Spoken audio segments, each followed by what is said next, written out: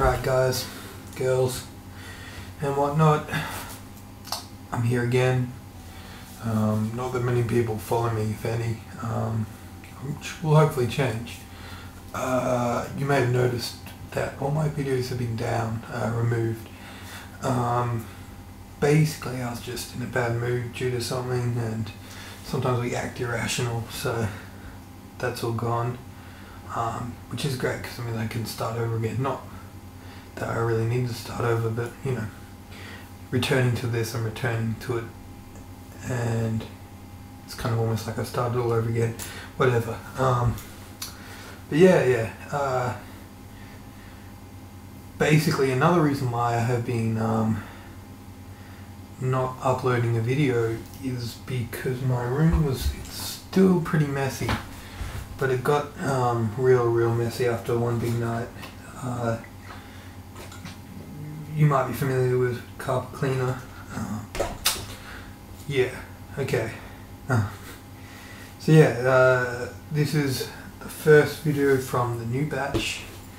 I'll see if I can find the old stuff and maybe upload it later on when I'm a bit more confident and we can look back at it and go, oh, he was this dodgy at commentating, or not so much commentating but just bringing up ideas. But yeah, today we're looking at a game that I hold, I'm going to say this and it might be controversial, but it's by far the best Zelda clone. There are elements of it that aren't too Zelda-y, like the combat's a bit different. It's quite different, let's say. But it's a game that's always had an interesting history because it has never sold well, except for I think the HD remake did alright, and it got great reviews.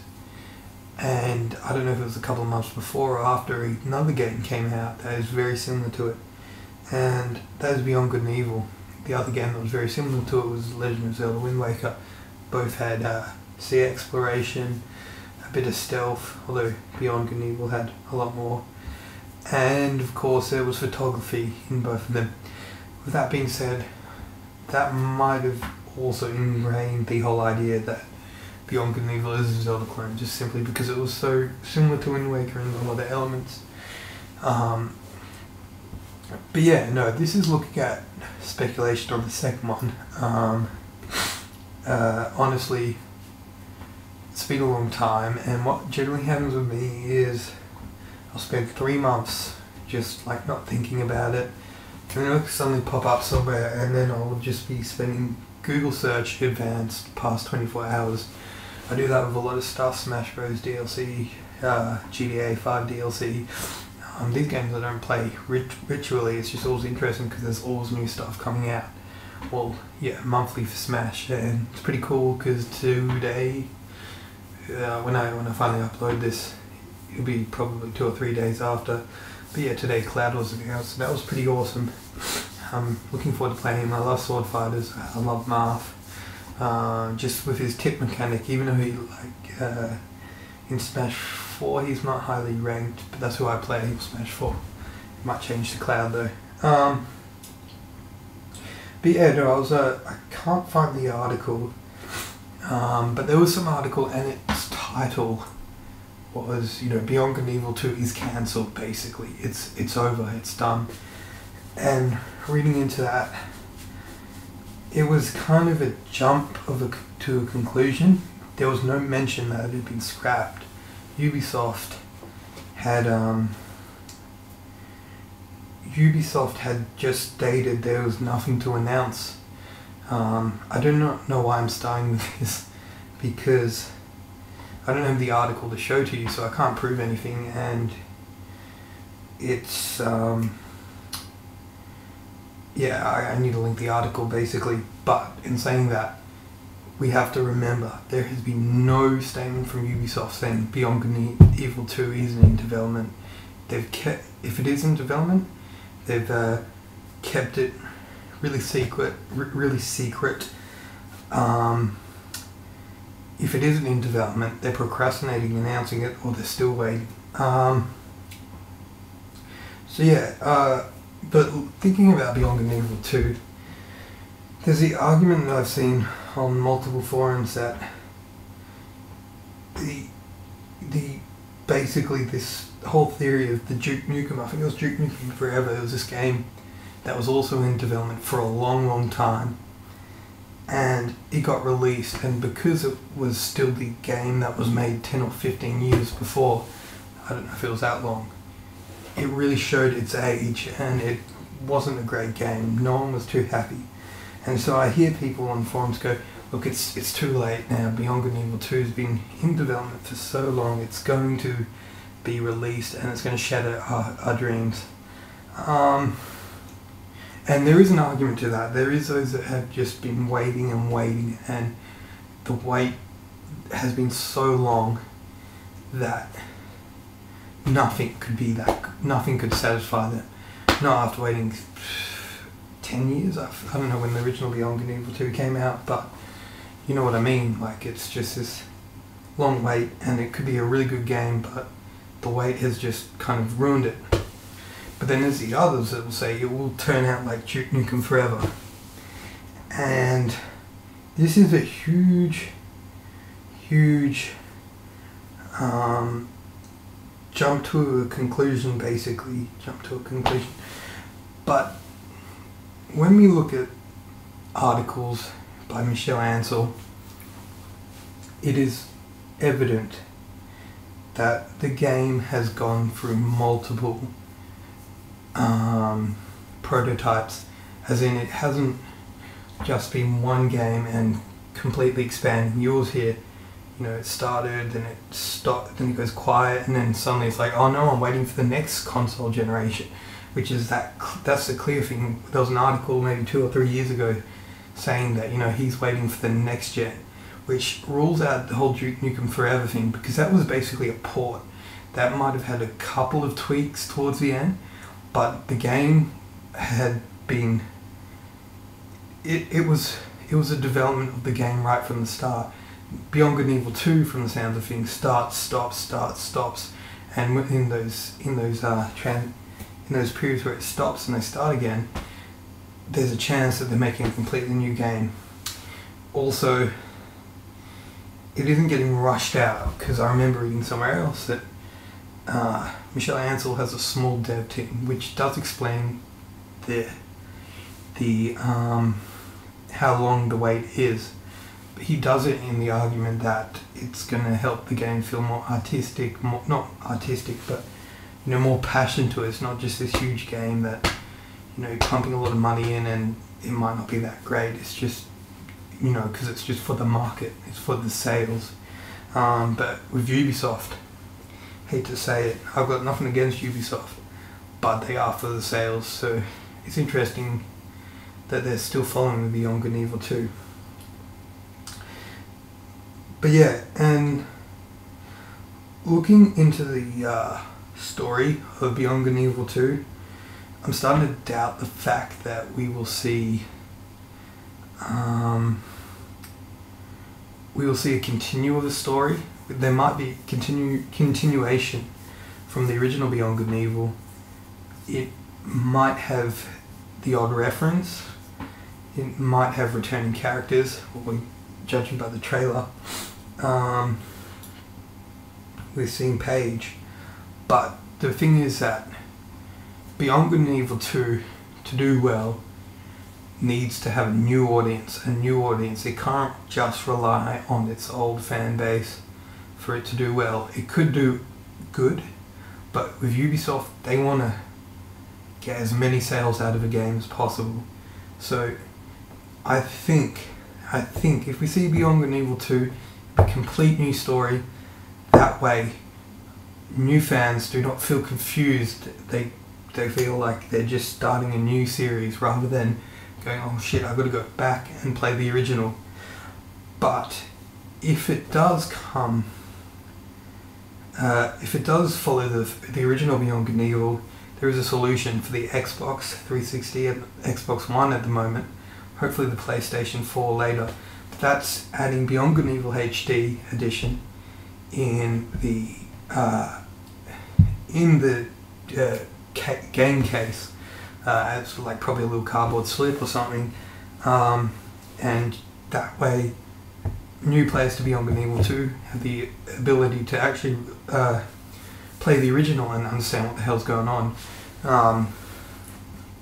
And yeah, as I said, we're going to wait for PS4 backwards compatibility. If Beyond Good and Evil 2 somehow comes out next year and there's no PS4 backwards compatibility, that idea isn't going to work. But it's going to be a long wait for Beyond Good and Evil 2, so there's plenty of time for backwards compatibility with PS4.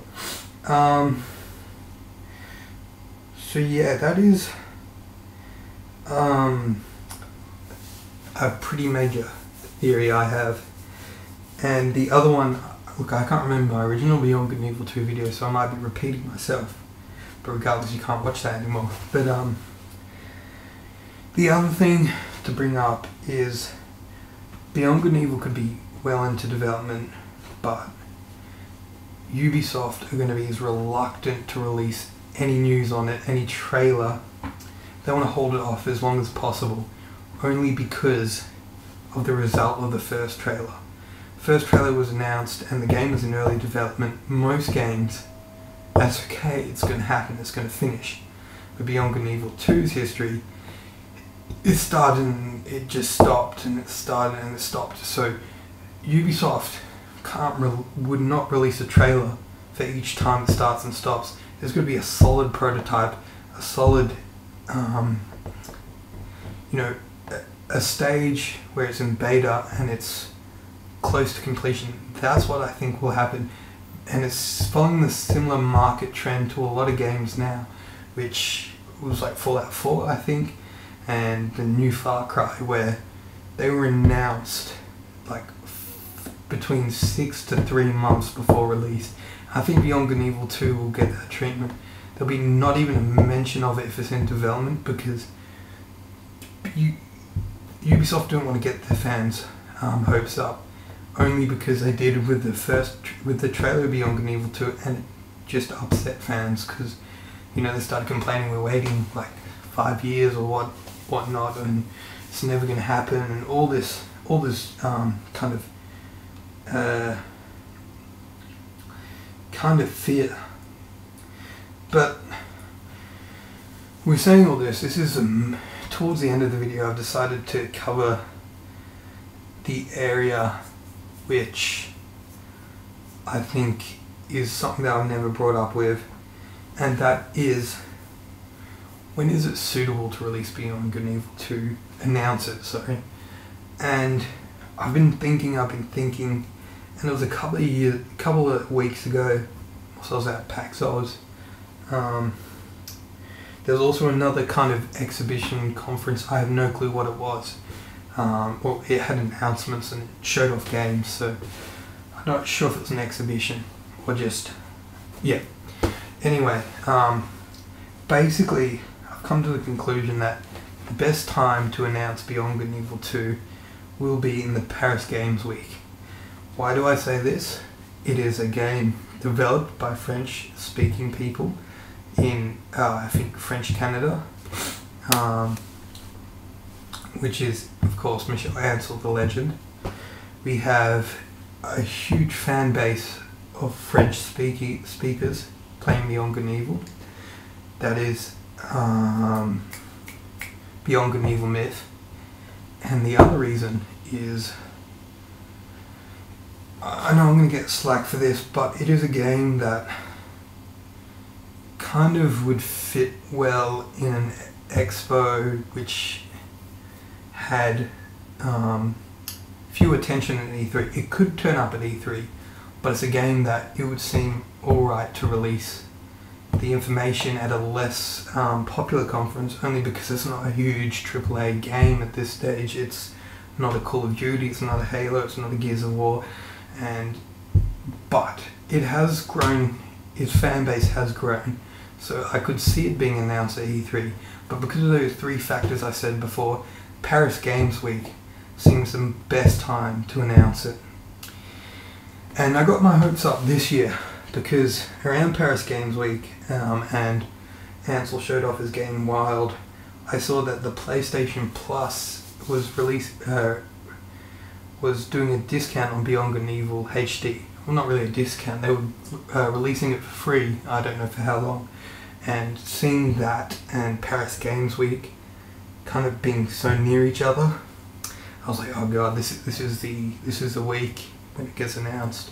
So, but that didn't end up happening in the end. But so be it. We just got to keep waiting. And then, funnily enough, it would also recently, like in the past 2 days, there was a list of the first batch of backwards compatible games on Xbox One, and surprisingly, I saw Beyond Good and Evil HD in the first batch, which is awesome because it's a great game. If you're on Xbox One and not 360, pick it up.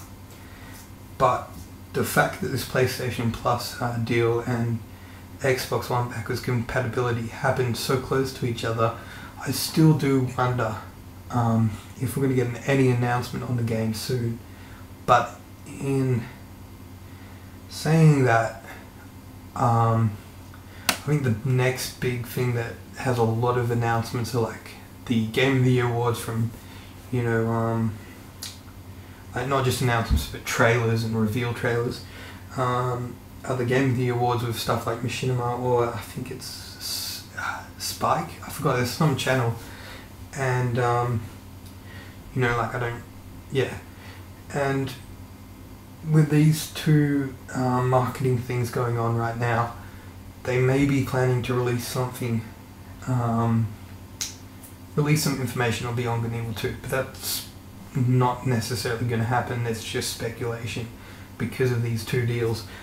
But